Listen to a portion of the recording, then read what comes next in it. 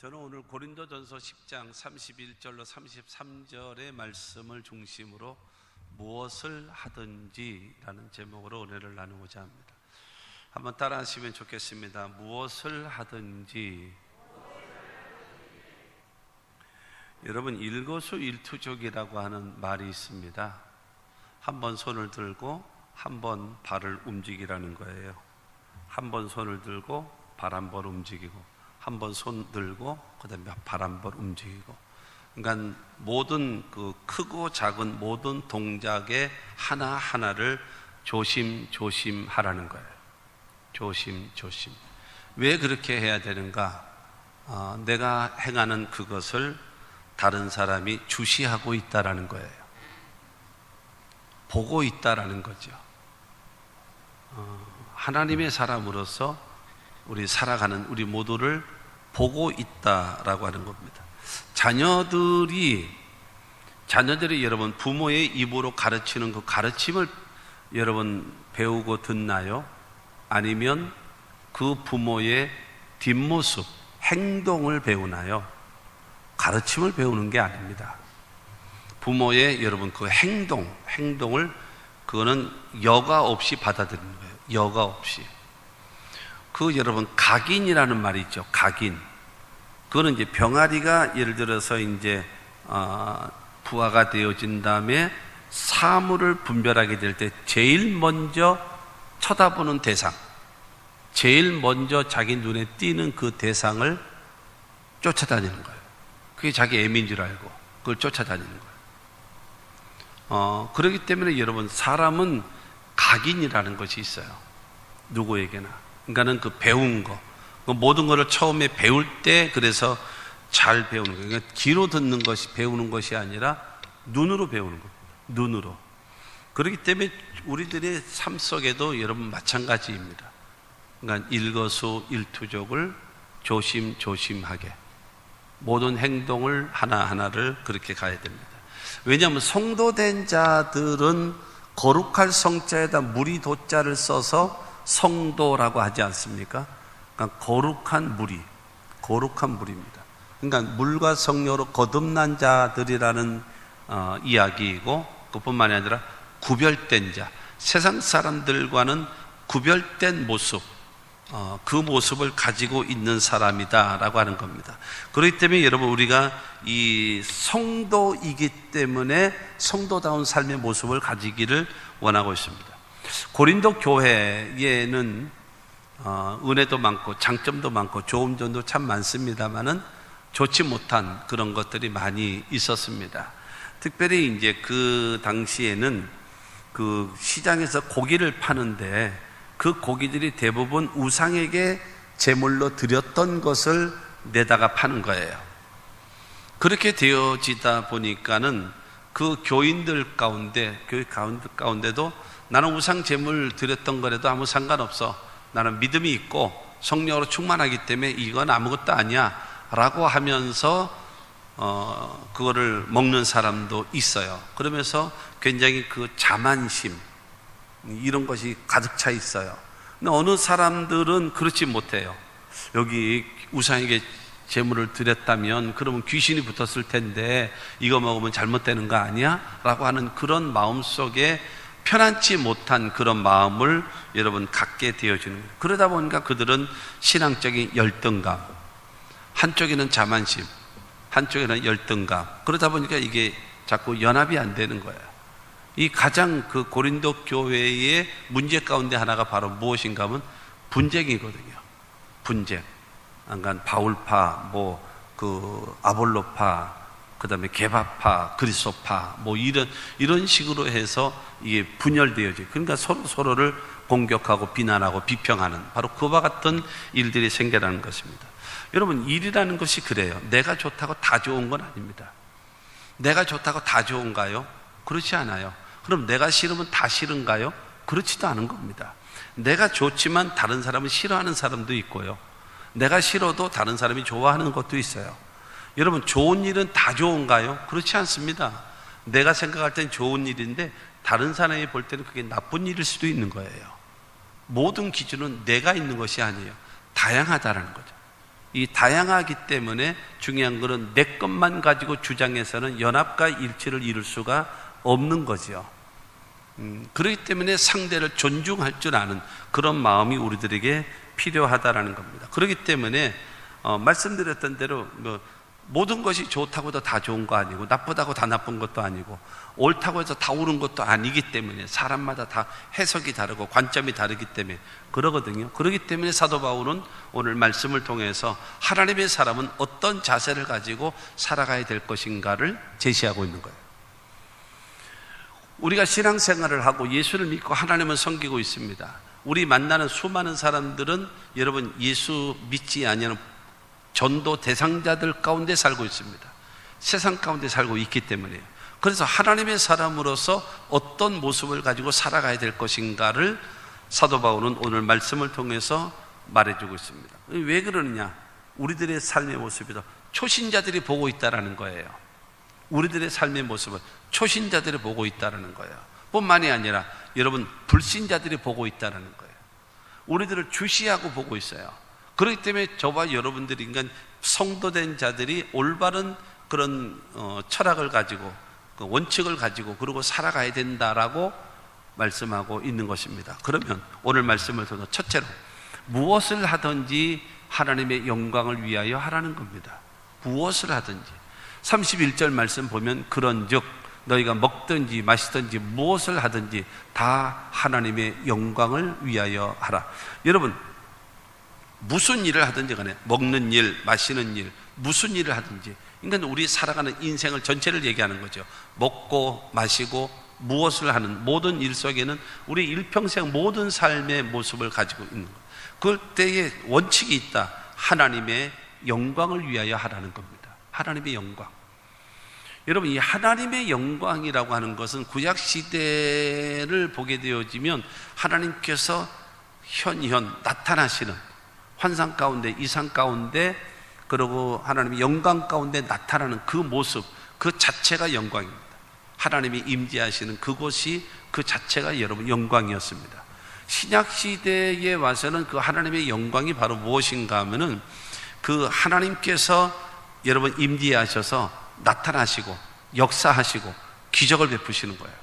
그러니까 예수님께서 가셔서 여러분 죄인을 용서하시고 병든 자를 낫게 하시되 안진병이를 일으키고 소경을 눈을 뜨게 하고 나병 환자를 치료하시는 이와 같은 심지어는 죽은 자도 살리는 그 역사를 베품으로 인해서 와 하나님 살아계시구나, 와 하나님이 우리를 돌아보시는구나 라고 하면서 하나님께 크게 영광을 돌리거든요. 그러니까 하나님이 임재하셔서 역사를 통해서 나타내 보여주는 현상을 통해서 와 하나님께 영광을 돌리자라는 겁니다.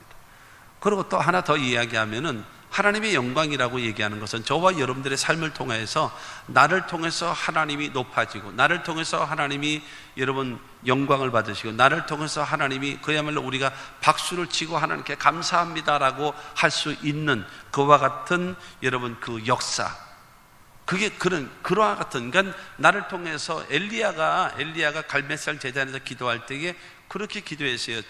하나님, 첫째로 나를 통해서 하나님이 하나님이신 것과, 두 번째로 내가 하나님의 종인 것과, 세 번째로 내가 하는 이 말들이 하나님의 말씀인 것을 저들로 알게 하옵소서 라고 하면서 아브라함이 하나님, 이삭이 하나님, 야곱이 하나님이요 이곳에 불을 내리소서 라고 기도할 때에 하늘에서 불이 떨어지는 거예요. 그러니까 모든 사람들은 야훼는 하나님이시로다, 야훼는 하나님이시로다 라고 하면서 다 엎드리게 되어져요. 그게 바로 그와 같은 것이 뭐냐? 하나님의 영광이라는 거예요. 여러분, 그러므로 우리가 하나님의 사람들, 성도된 자들이 살아갈 때에 모든 삶의 여러분 이 영역에서 하나님의 영광을 나타낼 수 있도록 살아가라는 거예요. 그렇게.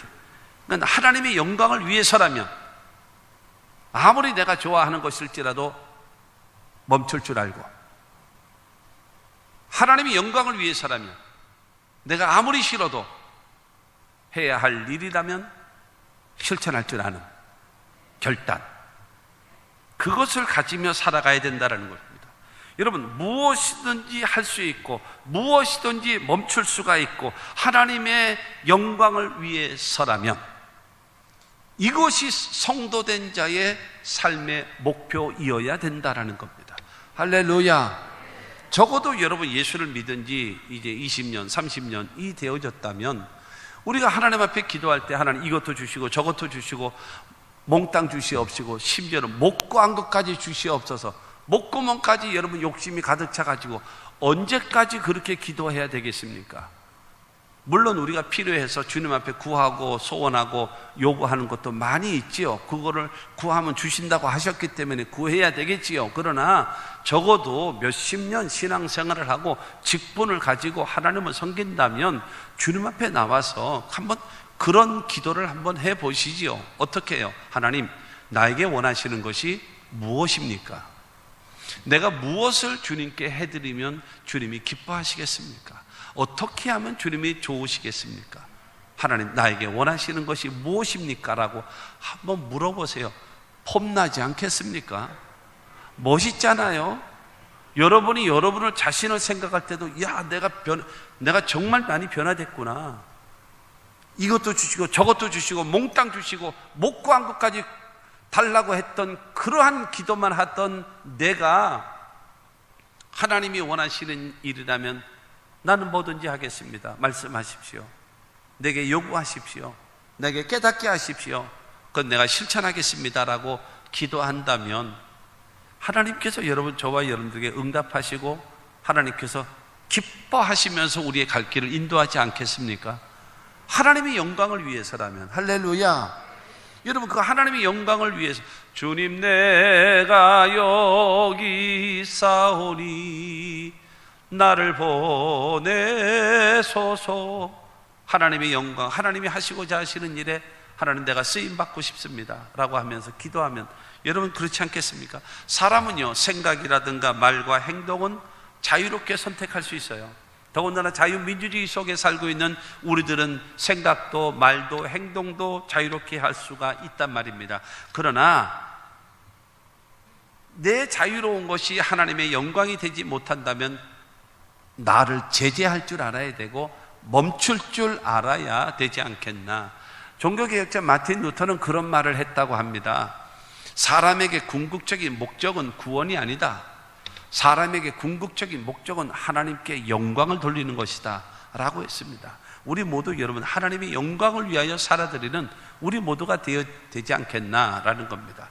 이사야 43장 7절 말씀을 보게 되어지면 내 이름으로 불려지는 모든 자 곧 내가 내 영광을 위하여 창조한 자를 오게 하라. 그를 내가 지었고 그를 내가 만들었느니라. 여러분, 내가 지었고 내가 그를 만들었는데 왜 만들었는가? 내가 그를 통해서 영광을 받으시기 위해서 피조물 된 너희를 만들었다라는 거예요. 여러분, 하나님의 창조의 목적이 바로 무엇입니까? 우리를 통해서 영광 받기를 원하시는 겁니다. 우리를 왜 구원하셨나요? 하나님은 모세를 통해서 그 애굽에 있는 너희 동족들을 출애굽을 시켜라, 구원하라 이야기하면서 너희가 출애굽한 후에 이 산에서 나를 섬길 것이다 라고 말했어요. 그러니까 중요한 것은 내가 너희를 구원하는 목적은 뭔지 아니? 너희가 이 산에서 나를 섬기게 하기 위해서 내가 너희를 출애굽시키는 거야, 내가 너희를 구원하는 거야 라고 말씀하시는 거예요. 할렐루야. 그렇기 때문에 저와 여러분들이, 하나님은 우리에게 원하십니다. 예배를 통해서, 섬김을 통해서 하나님은 영광을 받기를 원하시는 겁니다. 할렐루야. 거기에 관심이 있으십니까? 하나님의 영광을 위해서 주님이 원하시는 일이라면 여러분 뭐든지 할 수 있겠다라는 그와 같은 자세, 그와 같은 태도, 그와 같은 마음, 그와 같은 결단이 여러분 있으신가요? 여러분 그것이 있어야 되지 않겠습니까? 하나님의 영광을 위하여 살아드리는 것, 그것이 바로 나에게 궁극적인 삶의 의미요 삶의 목적이다라는 그런 마음 자세를 가지고 하나님을 섬기며 하나님께 기도하며 하나님께 여러분 나아가면 하나님이 반드시 저와 여러분들을 믿으실 겁니다. 그러면 우리를 통해서 우리의 삶을 통해서 어떤 열매를 어떻게 해서 하나님께 영광 돌리기를 원하시는가? 마태복음 5장 16절 말씀을 보게 되어지면 이같이 너희 빛이 사람 앞에 비치게 하여 그들로 너희 착한 행실을 보고 하늘에 계신 너희 아버지께 영광을 돌리게 하라. 여러분, 이 지금 13절부터 말씀하시기를 너희는 세상의 소금이다. 그러고 예수님 말씀하십니다. 너희는 세상의 빛이다. 소금, 희생. 소금은 희생입니다. 소금은 희생함으로 인하여 맛을 내죠. 소금은 희생을 함으로 인해서 바로 그 썩지 않게 만드는 그 역할을 하거든요. 그렇기 때문에 너희는 세상의 소금, 희생. 그 다음에 너희는 세상의 빛이다. 빛이라고 하는 것은 모범입니다. 모범. 모델과 같은 모범입니다. 그렇기 때문에 세상에서 너희가 소금의 역할, 희생하면서 소금의 역할을 다하고 세상에서 모범과 모델과 같은 빛의 역할을 하는 것이 세상 사람들에게 착한 행실을 보이는 거다, 이거예요. 그래서 착한 행실을 보게 되어지면 그로 인하여 그것을 보는 사람들이 하나님께 영광이 될 것이다 라는 거예요. 할렐루야. 저와 여러분들이 예수 믿는 사람들이 하나님의 영광을 위하여 희생적으로 하나님의 영광을 위하여 여러분 바른 모습을 가지고 살아가는 것, 그것이 여러분 하나님께 영광이 되어진다라고 성경은 우리에게 말씀하고 있습니다. 여러분 요한복음 15장 8절 말씀을 보게 되어지면 너희가 열매를 많이 맺으면 내 아버지께서 영광을 받으실 것이요 너희는 내 제자가 되리라 말씀하세요. 열매, 어떤 열매인가요? 여러분 열매를 맺어야 하나님이 여러분 영광을 받으신대요. 그리고 우리를 통해서 하나님의 제자가 될 수 있대요. 그렇게 말하거든요. 어떤 열매입니까? 여러분 하나님과 나와의 관계 열매가 맺어져요. 열매가 뭐죠? 열매라고 하는 것은 우리의 행동입니다. 우리의 삶의 모습을 말하는 거예요. 하나님과의 관계, 야, 저 사람 많이 달라졌구나. 예배드리는 자세가 달라졌고 태도가 달라졌고 마음이 달라졌고 중심이 달라졌구나, 이거를 알 수 있게끔. 그리고 사람들과의 관계 속에서도 야, 저기 안하무인이고 자기밖에 모르고 그냥 자기 고집밖에 자기 주장만 내세우던 저 똥꼬집이 사람이 저렇게 많이 변화됐구나. 그야말로 개가 천선했네. 사람들과의 관계 속에서의 변화된 모습. 그리고 그 개인의 여러분 그 성품, 됨됨이, 그 모습이 여러분 하나님 앞에, 사람들 앞에 자기 자신의 됨됨이가 변화되고 새로워지고 달라진 모습. 그것이 열매입니다. 아, 달라졌구나. 전에보다는 훨씬 달라졌구나. 말이 좋아졌구나. 점점 성숙해지구나. 점점 진실해지는구나. 할렐루야. 이렇게 되어져야 여러분 하나님이 나를 통해서 영광을 받으시고 너는 내 백성이다, 너는 내 제자다, 너는 내 성도다 라고 인정해 주신다라는 겁니다. 할렐루야. 여러분 그와 같은 열매, 성숙, 우리 삶의 모습으로 변화되어질 것을 말하고 있습니다. 그뿐만이 아니라 고린도전서 6장 20절 말씀 보면 값으로 산 것이 되었으니 그런즉 너희 몸으로 하나님께 영광을 돌리라. 여러분 우리는 값으로 내 몸으로 너를 샀다. 나의 생명 내 사랑. 주님께서 값을 주고 샀어요. 목숨을 걸고 여러분 핏값으로 샀어요. 그러니까 주님의 것이 됐으니 여러분 내 몸은 주님의 것이 됐으니 주의 영광을 위하여 내 몸 시간을 드리고 마음을 드리고 여러분 재능을 들여서 하나님을 섬기며 하나님의 복음을 위하여 하나님 영광을 위하여 하나님께 영광을 돌림, 여러분 쓰임받는 하나님의 사람이 될 것을, 그것이 하나님께 영광이 되어진다라고 성경은 말하고 있는 겁니다. 할렐루야. 또 보면요 고린도후서 9장 13절 말씀을 보게 되어지면 이 증거를 삼아 너희가 그리스도의 복음을 진실히 믿고 복종하는 것과 그들과 모든 사람을 섬기는 너희의 후한 연보로 말미암아 하나님께 영광을 돌리고, 복음을 위해서 하나님의 교회를 위해서 후한 연보, 많은 물질로 지원을 하면서 여러분 내가 하나님의 선교를 위하여 전도를 위해서 복음을 위해서 여러분 내가 가면 좋고 가지 못하면 후원하고 가지 못하면 기도라도 하면서 할 수 있게끔 여러분 연보를 통해서 여러분 그 일을 감당할 수가 있고 복음이 증거되어지고 하나님의 교회가 든든히 서갈 수 있도록 여러분 연보로 후원하는 것이 바로 무엇인가 하면 하나님께 영광이 된다라는 겁니다. 할렐루야. 여러분 이와 같이 먹든지 마시든지 무엇을 하든지 여러분 우리의 모든 삶의 모습에서 하나님의 영광을 나타내기 위한, 그러므로 한마디로 말하면 로마서 14장 17절과 18절입니다. 하나님의 나라는 먹는 것과 마시는 것이 아니요 오직 성령 안에 있는 의와 평강과 희락이라.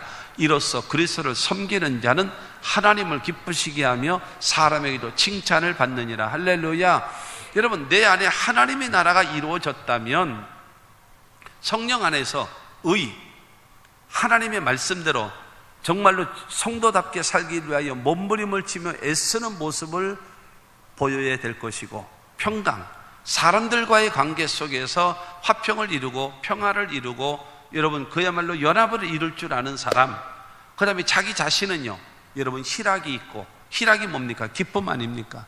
웃음이 아닙니다. 웃음이라고 하는 것은 현상이라고 얘기할 수 있지만 여러분 이 기쁨이라고 하는 것은 근본적이고 본질적인 것입니다. 예수 안에서 죄 용서에 대한 기쁨, 구원함에 대한 기쁨, 하나님의 자녀 되어진 기쁨, 그 기쁨의 사람, 하나님 앞에는 사람들 앞에는 평강, 내 자신은 희락, 이런 삶이 되어지면 여러분 18절을 통해서 이로써 그리스도를 섬기는 자는 하나님 앞에는 의롭고 사람 앞에는 평강이요 내 자신에게는 희락의 사람이 되어지면, 이로써 그리스도를 섬기는 자는 하나님을 기쁘시게 하고 사람에게도 칭찬을 받느니라. 할렐루야. 이것이 하나님 영광을 돌리며 살아가는 거예요. 그것이 여러분 무엇이겠습니까? 관계를 바르게 하는 거예요. 하나님과의 관계가 바르게 되어지고 사람들과의 관계도 바르게 되어지고 내 자신도 점점 진실해지고 거룩해지는, 할렐루야. 이 모습이 되어져야죠. 이 모습이요. 성형 수술한다고 해서 바뀌어지는 것이 아니에요. 내 삶을 통해서, 내 언행, 말과 행동을 통해서 바로 그와 같은 여러분 하나님의 무엇을 하든지 하나님의 영광이라는 것에 초점을 딱 걸고, 하나님의 영광을 위해서라면 포기할 줄 알고 하나님 영광을 위해서라면 과감하게 실천할 줄 아는 결단의 사람들이 다 되시기를 주님의 이름으로 축원합니다. 두 번째로 무엇을 하든지 거치는 자가 되지 말라는 겁니다. 거치는 자. 32절에 보면 유대인에게나 헬라인에게나 하나님의 교회나 거치는 자가 되지 말고, 하나님 앞에는 여러분, 하나님 앞에는 우리가 하나님 영광을 위하여 살아드리는 삶으로 우리가 태도가 바뀌어져야 될 것이고, 그 다음에 사람과의 관계 속에서는 거치는 자가 되지 마라. 거치는 자가 뭐지요? 걸려 넘어지게 만드는 게 거치는 자입니다. 옛날에는 그 딴지 건다 그랬어요. 발 뚝 내밀어 가지고 탁 걸려서 탁 자빠지게끔 만드는 거, 그게 여러분 거치는 자입니다. 걸려 넘어지게 만드는 여러분 장애물, 여러분 그와 같은 겁니다. 거치는 자가 돼서는 안 된다라는 거예요. 지금 32절을 통해서요 대상을 정했습니다. 거치는 자가 되지 말아야 될 대상, 내가 절대로 상대방을 넘어지게 하거나 힘들게 하거나 상대방을 울게 만드는 거치는 자가 되지 말아야 될 대상을 정해놨습니다. 첫째가 유대인입니다. 두 번째가 헬라인이고 세 번째가 하나님의 교회입니다. 유대인이 뭡니까? 유대인이라고 하는 것은 가족입니다. 친척입니다. 친구들입니다. 내 가까운 이웃들을 말하는 겁니다. 그들에게 절대로 나로 인하여 그들을 어렵게 만드는 자 되지 마라. 두 번째 사람이 누구예요? 헬라인. 헬라인이라고 하는 것은 무엇을 말합니까? 예수 안 믿는 사람, 불신자, 세상 사람들, 그들 앞에도 절단코 우리는 거치는 자가 돼서는 안 된다라는 겁니다. 그리고 세 번째가 뭡니까? 하나님의 교회나, 하나님의 교회는 뭐예요? 이 교회 안에서 있는 우리 모두를 말하는 겁니다. 교회 안에서 서로 성도 간에, 여러분 다 그렇지 않습니까? 나이가 많은 사람도 있고 젊은 사람도 있고 서로 존중하는 거. 직분이 있은 자는 직분에 맞게끔 존중해주고, 그 다음에 나이가 있으면 직분이 낮을지라도 나이가 있으면 나이에 맞게끔 서로 존중해주고 서로 귀하게 여기면서, 그래서 거치는 자가 되어져서는 절대로 안 될 것이라는 거예요. 여러분 유대인에게나 헬라인에게나 하나님의 교회나 거치는 자가 되지 말라라고 말씀하셔요. 그러므로 저와 여러분들 누구든지 누구에게든지 거치는 자가 되어져서는 안 될 것이다 라고 하는 것입니다. 우리는 말이나 행동을 통해서 디딤돌이 돼야지, 다른 사람에게 디딤돌이 되어줘야지, 내가 장애물이 되어져서 나를 걸려서 넘어지게 만들면 안 된다라고 말하고 있는 것입니다. 고린도전서 8장 13절 말씀 보면, 그러므로 만일 음식이 내 형제를 실족하게 한다면 나는 영원히 고기를 먹지 아니하여 내 형제를 실족하지 않게 하리라. 저 말씀이 무슨 말인가 하면, 아까 고린도 교회가 그 시장에서 그 고린도 지역 전체가 고기를 시장에다가 내다가 파는데, 그것이 대부분 우상에게 바쳤던 고기를 가져다가 판다 그랬어요. 그러니까 사도 바울은, 나는 성령 충만한 사람이고 하나님의 일을 한 사람이고 이 음식은 아무것도 아니다. 그래서 나는 이거를 아무 주저 꺼리낌 없이 감사하며 기도하며 먹으면 된다. 그러나서 먹는데, 중요한 건 초신자들이 뭐야 예수 믿는 사람이, 하나님을 섬기는 사람이라고 하면서 귀신에게 드렸던 제물로 음식을 먹어? 이건 말도 안 돼 라고 하는 일이 생긴다는 거예요. 나는 아무것도 아니라고 생각하면서 먹는 사람, 자만심에 빠진 사람, 나는 그거 못 먹어요, 두려워서, 걱정돼서, 이런 사람이 있단 말입니다. 이럴 때 사도 바울은 말합니다. 만약에 내가 그거를 먹는 것으로 인해서 다른 사람이 실족하거나 다른 사람이 나는 못 먹는데 저 사람은 먹네 라는 마음이 있다면 나는 고기 안 먹을 거다, 그리고 평생토록도 안 먹을 수 있다 라고 하는 것을 결단하는 거예요. 여러분, 이것이 거치는 자가 되지 않겠다라고 하는, 거치는 자가 되어져서는 안 된다라고 얘기하는 사도 바울의 마음입니다. 사도 바울의 마음. 여러분, 우리가 그만큼 상대에 대한 배려, 상대에 대한 그 마음, 지금은 그런 일 없습니다만은 어쨌든 여러분, 대를 위해서 소가 희생한다? 이건 안 돼요. 이건 기독교 안에서는 있을 수 없는 말입니다. 하나님은요, 한 영혼을 온 천하보다도 귀하게 여기십니다. 대를 위해서 소가 희생한다? 아니에요. 큰 사람들이, 먼저 믿는 사람들이 작은 사람을 위해서 참으세요. 작은 사람을 위해서 배려하세요. 작은 사람을 위해서 여러분 기다려 주시고, 그와 같은 마음 자세가, 그것이 반드시 필요합니다. 근데 누가복음 17장 1절과 2절 말씀을 보게 되어지면, 예수께서 제자들에게 이르시되 실족하게 하는 것이 없을 수는 없으나 그렇게 하게 하는 자에게는 화로다. 그가 이 작은 자 중에 하나를 실족하게 할지인데 차라리 연자 맷돌이 그 목에 매여 바다에 던져지는 것이 나으리라. 사람이 살다 보면 실족하게 하는 일이 없을 수는 없다. 그러나 내가 다른 사람을 실족하게 했다면, 그러면 여러분, 맷돌이라고 하는 것이 돌 2개 해가지고 이게 갈아서 콩 넣어서 이게 비지를 만들고 이렇게 해서, 그래서 음식을 만들어 먹는 것이 맷돌 아닙니까? 근데 연자 맷돌이라고 하는 것은요, 맷돌은 손으로 돌리는 건데 연자 맷돌은 짐승이 돌려서 가는 거예요. 그러니까 연자 맷돌은 굉장히 크지요. 많이 크단 말입니다. 근데 연자 맷돌이 아니라 그냥 맷돌을 갖다가 목에다 묶어가지고 저기 빠뜨려 버려도요, 영원히 못 나옵니다. 영원히 못 나와요. 고기밥이 다 될 때까지 영원히 못 나온단 말이에요. 그런데 연자 맷돌을 목에 메어서 바다에 빨리, 내가 너 심판하기 전에 빨리 네가 들어가, 네가 라고 하시는 거예요. 그만큼 상대방을 작은 자일지라도 실족시키는 자 돼서는 안 된다는 거예요. 하나님은 그거에 대한 책임을 반드시 묻겠다는 거예요. 그렇기 때문에 저와 여러분들은 하나님께서 저와 여러분 한 사람 한 사람을 사랑하신다는 사실을 믿으시기를 바랍니다. 나의 자유로운 행동, 자유로운 말, 아무렇게나 하는 이것으로 인하여 상대방에게 여러분 피해가 되고 상대방이 걸려 넘어지게 된다든가 이래서는 안 된다. 우리는요, 다른 사람을 살려야 하는 의무가 있어요. 다른 사람을 구원해야 될 의무가 있는 사람입니다. 그러나 다른 사람을 실족하게 할 수 있는 권리는 없는 사람들입니다. 그렇기 때문에 저와 여러분들 기억하십시오. 하나님은요, 우리들에게 하나님은요, 섬김의 대상입니다. 하나님은 섬김의 대상, 예배의 대상, 그리고 사람은요, 사랑의 대상. 마귀와는요 싸워서 이겨야 할 대상, 할렐루야, 구별하셔야 합니다. 구별해야 돼요.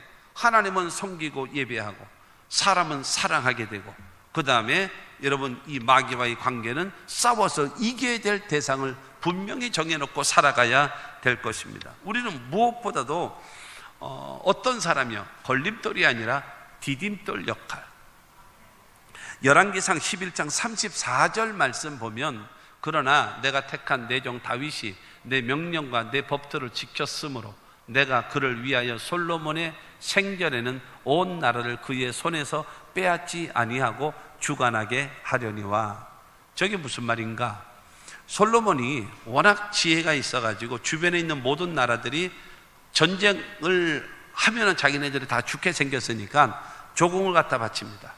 그러면서 쳐들어오지 못하게 하려고 자기 왕들이 자기 딸들을 여러분 첩으로 다 줍니다. 솔로몬에게.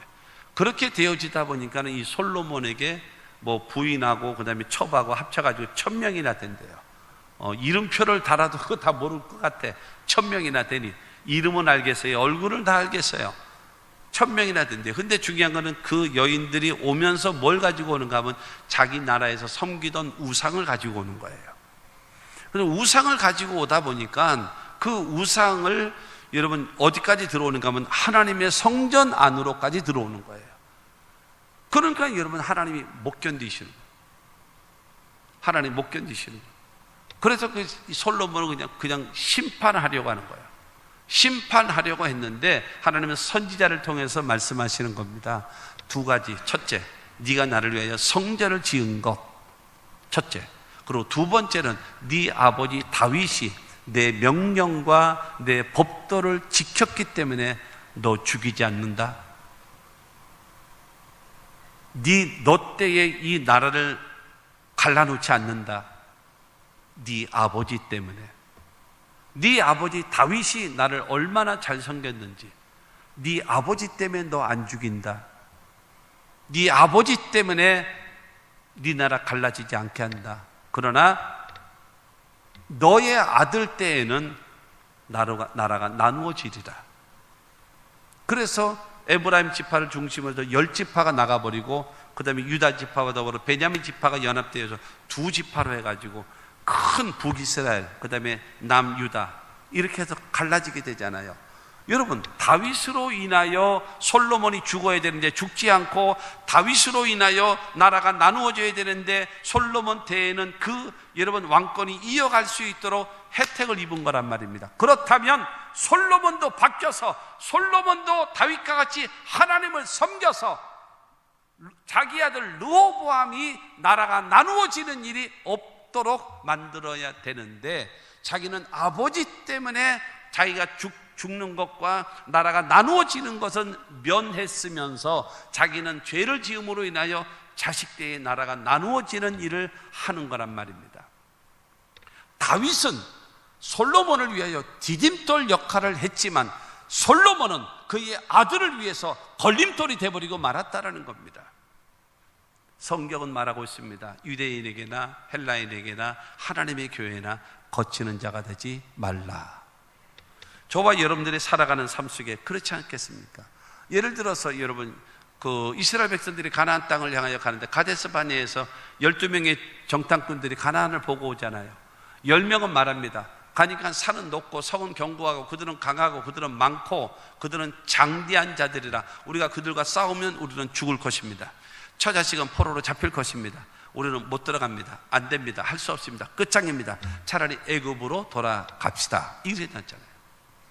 그러나 여호수아와 갈렙은 아니 맞아요. 산도 높고 성도 견고하고 그들은 강하고 그들은 많고 그들은 장대한 자들입니다. 그러나 그들의 신은 떠났지만 하나님이 우리와 함께 하시지 않습니까? 갑시다. 지하라 합시다. 능히 이길 것입니다. 하나님께서는요 10명의 정탐꾼을 그 자리에서 죽여버렸습니다. 그러고 나서 그 10명의 정탐꾼들 10지파의 대표들이니까요 그 사람들을 추종하고 하면서 원망하고 울고 소리 지르고 애굽으로 돌아가자라고 이야기했던 그들을 출애굽한 지 1년 됐어요. 이 가데스 바네에 올 때까지 왜냐하면 시내산에서 율법을 받고 성막을 짓고 하나님을 섬기는 걸 배우니라고 1년이 걸렸습니다. 이제 가데스 바네아에서 이제 들어가면은 이제 며칠이면 들어가는 거예요. 그런데 거기서 갔다 와서 못 갑니다, 안 됩니다, 할 수 없습니다 라고 하자 하나님은 그 자리 가데스 바네아에서 그 지역에서 38년을 머물게 합니다. 38년을 머물게 합니다. 그러면서 생각해 보세요. 장정만 60만 3,550명입니다. 그러니까 부인이 있잖아요. 그러면 120만 명이죠. 그리고 거기 부모님이 한 분만 있다 할지라도 60만 명이에요. 그러면 최소 단위가 몇 명인가? 200만 명입니다. 여러분 전자계산기 눌러보세요. 1년은 365일 곱하기 38년, 그러면 며칠인가? 그거를 계산해 보십시오. 그러고 200만 명을 계산해 보십시오. 하루에 몇 명씩 죽는가? 100 몇십 명씩 죽어가는 거예요. 그 자리에서 38년 동안 매일마다 100명이 넘게 죽어가는 거예요. 그 후손들은 그 장례를 치르고 있는 거예요. 38년 동안 장례만 치르는 거예요. 장례만 38년이. 그러니까 그들이 원망할 때마다 매장지가 없어서 여기다가 뭐 여기까지 이끌어와서 왜 그런 소리 하는 이유가 바로 거기에 있는 거예요. 38년을 여러분 출애굽 당시에 60만 명 넘고 그의 부인과 그의 부모까지 있는 그들을 38년 동안에 다 죽이는 거예요. 죽을 때까지 기다리는 거예요. 그러고 나서 출발해서 1년 동안 해서 저 모압 광야 통해 가지고, 그러니까 우리나라로 얘기한다면 저 옆으로 해서 강릉 쪽으로 해가지고 가나안에 들어오게 되는 그와 같은 일이 생겨나거든요. 그러나 여호수아와 갈렙은 여러분 하나님 그 유다 지파, 여러분 갈렙은 유다 지파거든요. 그 다음에 여호수아는 에브라임 지파거든요. 나중에 이스라엘이 나누어졌을 때에 북이스라엘은 누구를 중심으로? 에브라임 지파. 그 다음에 유대 나라는 누구요? 유대 나라 지파. 그러니까 이 둘은 쌍벽, 라이벌입니다.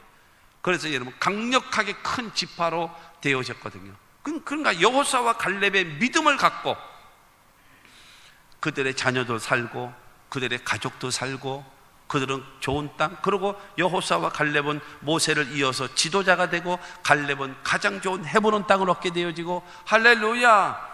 우리는 절대적으로 10명의 정탐꾼과 같은 여러분 걸림돌과 같은 사람 되지 말고 여호수아와 갈렙과 같이 디딤돌 역할 되어지는 여러분 모두가 되기를 바랍니다. 다 죽을지라도 여호수아와 갈렙은 끝까지 살아있잖아요. 그들은 가나안을 정복하잖아요. 이스라엘 백성들에게 땅들을 배분해 주잖아요. 여러분 그와 같은 하나님의 사람들이 될 수 있게 되기를 주님의 이름으로 축원합니다. 우리는 절대로 거치는 자가 되거나 걸림돌이 돼서는 안 됩니다. 여러분 자식을 위해서 디딤돌 역할을 해주는, 그래서 여러분 자식이 여러분을 딛고 올라설 수 있는, 새롭게 도약할 수 있는 여러분 축복의 통로들이 되시기를 주님의 이름으로 축원합니다. 세 번째로 무엇을 하든지 모든 사람의 기쁨과 유익을 구하라는 거예요. 무엇을 하든지 모든 일에 33절 말씀 보면 나와 같이 모든 일에 모든 사람을 기쁘게 하여 자신의 유익을 구하지 아니하고 많은 사람의 유익을 구하여 그들로 구원을 받게 하라. 여러분 주변에 있는 모든 사람들에게 유익을 주고 기쁨을 주고 여러분 그들을 섬기는 자가 되어진다. 왜 그래야 되느냐? 그 이유는 그 사람들이 구원받게 하기 위해서다라는 겁니다. 사랑하는 성도 여러분, 가족 가운데 예수 안 믿는 분이 있으십니까? 가족 가운데 예수 안 믿는 분이 있으십니까? 제가 여러 번 말씀드리지 않았습니까?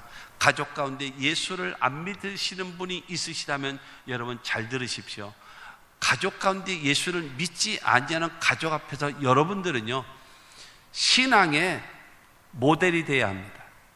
비가 와도 눈이 와도 바람 불어도 화가 나도 속상해도 아파도 여러분 죽을 지경이 되어져도 하나님을 변함없이 믿고 섬기고 의지하고 기도하고 하나님을 섬기는 것, 그 모습, 그래야 믿지 아니하는 여러분의 가족이 여러분을 보면서 그렇게 생각할 겁니다. 예수가 진짜긴 진짠가 보다. 저 변덕쟁이가 변함없이 비가 오나 눈이 오나 천둥치나 변함없이 하나님을 섬기는 거 보면 뭐가 있기는 있는가 보다, 이렇게 믿어야 돼요. 아멘 하세요. 여러분, 비가 오면 비 와서 안 와, 눈 오면 눈 와서 안 와, 기분 나쁘면 기분 나빠서 안 와, 코로나 걸리면 코로나 때문에 안 와, 그 다음에 누가 삐죽거렸다가 삐죽거려서, 그러면 여러분의 가족은 말합니다. 예수는 가짜구나. 저 기분 내키는 대로 갔다가 기분 내키는 대로 했다가 조금만 좋을 때는 할렐루야 놀렐루야 다 했다가 조금만 뭐 기분 나쁘면 입이 이만큼 튀어나와서 믿네 안 믿네 오네 안 오네, 그럼 뭐 종잡을 수가 없는 거예요. 종잡을 수가 없는 거예요. 그들을 섬기십시오. 참된 마음으로, 진실된 마음으로, 변함없는 마음으로, 하나님의 사랑으로 섬기십시오. 나의 유익을 구하지 말고 그 상대의 기쁨을 구하고 상대의 유익을 구하면서 그들을 섬기십시오. 예수님의 마음으로. 그래야 결국에는 진짜로 진짜긴 진짜인가 보다, 이렇게 하는 거 보니까 진짜는 진짜인가 보다 라고 할 수 있는 우리 모두가 되어져야 할 것입니다. 로마서 15장 1절과 2절 말씀을 보겠습니다. 믿음이 강한 우리는 마땅히 믿음이 약한 자의 약점을 담당하고 자기를 기쁘게 하지 아니할 것이라, 우리 각 사람이 이웃을 기쁘게 하되 선을 이루고 덕을 세우도록 할지니라. 믿음이 강한 자가 믿음이 약한 자의 모든 짐을 담당해 주라, 도와주라, 힘이 되어 주라. 그래서 너의 유익을 구하지 말고 너의 기쁨을 요구하지 말고 그 사람에게 유익을 주고 그 사람에게 행복을 주고 그 사람에게 선을 주고 그 사람에게 덕을 끼치며 그들로 구원받게끔 만들어 주라는 거예요. 할렐루야. 예수 믿는 사람이 그래야죠. 먼저 신고 거두는 법칙이 있는데 하나 빠졌네. 뭐가 빠졌는가? 가족이 예수 안 믿는다면 화내지도 마세요. 싸우지도 마라. 싸우면은 아무리 잘 됐다 공든다 하루아침에 무너져 버려. 참고 견디고 인내하면서 그러면서 기도하는 거예요. 왜요? 영혼 살리기 위해서, 그의 영혼을 살리기 위해서. 그거 안 하는 거 보면은 그 사람을 사랑하지 않아서 그래요. 영혼을 사랑하지 않아서 그래요. 사도 바울은 말하는 겁니다. 섬기는 자. 그래서 그 사람들로 하여금, 여러분 사람들 중에는 그럴 때 있잖아요. 있어서 안 될, 없어야 될 존재, 거미. 있으나 마나 상관없는 사람, 개미. 없어서 안 될, 꼭 있어야 될 존재, 꿀벌. 어떤 존재냐 이거죠. 우리 모두는 꿀벌과 같은 자가 되어져서 여러분 꽃들이 서로 꽃을 피고 열매를 맺을 수 있도록 역할을 해줄 수 있는 우리 모두가 되어져야 된다라고 성경은 말하고 있습니다. 자, 보면은 고린도전서 9장 20절로 22절 말씀을 보겠습니다. 유대인들에게 내가 유대인과 같이 된 것은 유대인들을 얻고자 하며 율법 아래에 있는 자들에게는 내가 율법 아래에 있지 아니하나 율법 아래에 있는 자 같이 된 것은 율법 아래에 있는 자들을 얻고자 하며 율법 없는 자에게는 내가 하나님께는 율법 없는 자가 아니요 도리어 그리스도의 율법 아래에 있는 자이나 율법 없는 자와 같이 된 것은 율법 없는 자들을 얻고자 함이라. 약한 자들에게 내가 약한 자와 같이 된 것은 약한 자들을 얻고자 하며 내가 여러 사람에게 여러 모습이 된 것은 아무쪼록 몇 사람이라도 구원하고자 함이니라. 할렐루야. 눈높이를 낮춘다라는 거예요. 사도 바울의 원칙이 있습니다. 사도 바울의 원칙이 있는데 이게 뭐냐면은 내가 사람을 기쁘게 하랴 하나님을 기쁘시게 하랴. 내가 사람을 기쁘게 했다면 나는 그리스도의 종이 아니다. 그러니까 사도 바울 같은 사람은요, 사람에게 비유 맞히는 사람이 아니에요. 그냥 하고 싶은 말 그냥 직선적으로 밀어붙이는 사람이 누구냐? 바울 같은 사람이에요. 사람에 대해서 여러분 타협하는 사람이 아닙니다. 하나님의 명령에 즉각적으로 순종하는 사람이거든요. 그러나 이 사도 바울이 복음을 증거하고 그들을 구원받게끔 하기 위해서는 눈높이를 낮추는 거예요. 죄 짓지 않는 여러분 한도 내에서 자기 자신을 낮추고 그 사람, 우는 사람과 같이 울고 기뻐하는 사람과 같이 기뻐하고 힘들어하는 사람과 같이 힘들어하면서 그들로 하여금 구원받게끔 길을 연결해 주는 그 마음을 가진 사람이 누구냐? 사도 바울이라는 거예요. 그러므로 우리는 그렇게 가야 된다는 하나님 앞에 저와 여러분들은 구원은 말로서 전달되는 것이 아닙니다. 행동으로서 전달되어지는 겁니다. 자, 다니엘서 12장 3절 말씀을 보겠습니다. 지혜 있는 자는 궁창의 빛과 같이 빛날 것이요 많은 사람을 옳은 대로 돌아오게 한 자는 별과 같이 영원토록 비치리라. 여러분, 많은 사람을 옳은 대로 돌아오게 하는 사람은 별과 같이 영원히 빛난대요. 하나님은 그 보상은 반드시 주신다라는 겁니다. 하나 더 보게 되어지면 디모데전서 5장 18절 말씀에 성경에 일렀을 때 곡식을 밟아 떠는 소의 입에 망을 씌우지 말라 하였고 또 일꾼이 그 싹을 받는 것이 마땅하다 하였느니라. 하나님의 복음을 위하여 하나님의 일을 하게 되어지면요, 소에게 망을 씌우지 않는 것처럼 일꾼에게 싹을 주는 것처럼 하나님은 반드시 보상하신다라는 거예요. 할렐루야. 그래서 아무쪼록 다른 사람에게 유익을 주고 기쁨을 주면서 그들로 구원을 얻게 하는 일에 힘쓰게 되어지면 하나님은 반드시 보상하시고 반드시 상급 주시고 현세와 내세에, 예수님도 말씀하지 않습니까? 나와 복음을 위하여 헌신한 사람은 현세에 100배나 복을 받고 내세에 영생을 얻지 못할 자가 없을 것이다 말씀했으니 우리 모두 어떻게 살아가야 되겠습니까? 무엇을 하든지. 여러분, 한 해가 저물어 가고 있습니다. 그리고 새로운 한 해를 여러분 맞이하게 준비하게 될 것입니다. 뿐만이 아니라 예수를 믿은 지 신앙생활한 지 벌써 수십 년이 되신 분들도 많이 있지 않습니까? 여러분들이 어떻게 내가 이제 삶의 목표를 새롭게 정하자. 첫째로는 무엇을 하든지 하나님의 영광을 위하여 하자. 이제는 내가 조금 더 잘 살고 조금 돈 더 있고 이걸 위해서가 아니라 하나님의 영광을 위하여 살자. 이거를 세우고, 두 번째로 누구에게든지 나로 인해서 거치는 자가 되지 말고 나로 인하여 울게 되거나 나로 인하여 슬퍼하거나 나로 인하여 망하거나 나로 인하여 넘어지는 자 없게끔 거치는 자가 되지 말자. 나는 그들에게 디딤돌이 되고 그들을 도와주는 자가 되어야 되겠다. 그리고 세 번째로는 나는 다른 사람들에게 유익을 구하고 그 다음에 그들에게 기쁨을 구해서 그들로 하여금 구원받게 만들고 하나님의 자녀되게 만들어서 현세의 복을 받고 내세의 영생을 소유하는 하나님의 사람이 되자라는 거룩한 비전을 가지고 새로운 인생의 설계를 하시고 남은 생애를 살아갈 수 있는 여러분들이 되시면 하나님은 여러분의 발걸음과 함께 하실 겁니다. 하나님은 여러분과 함께 일하실 겁니다. 하나님은 여러분들을 도와주실 것입니다. 믿으시기를 주님의 이름으로 축원합니다.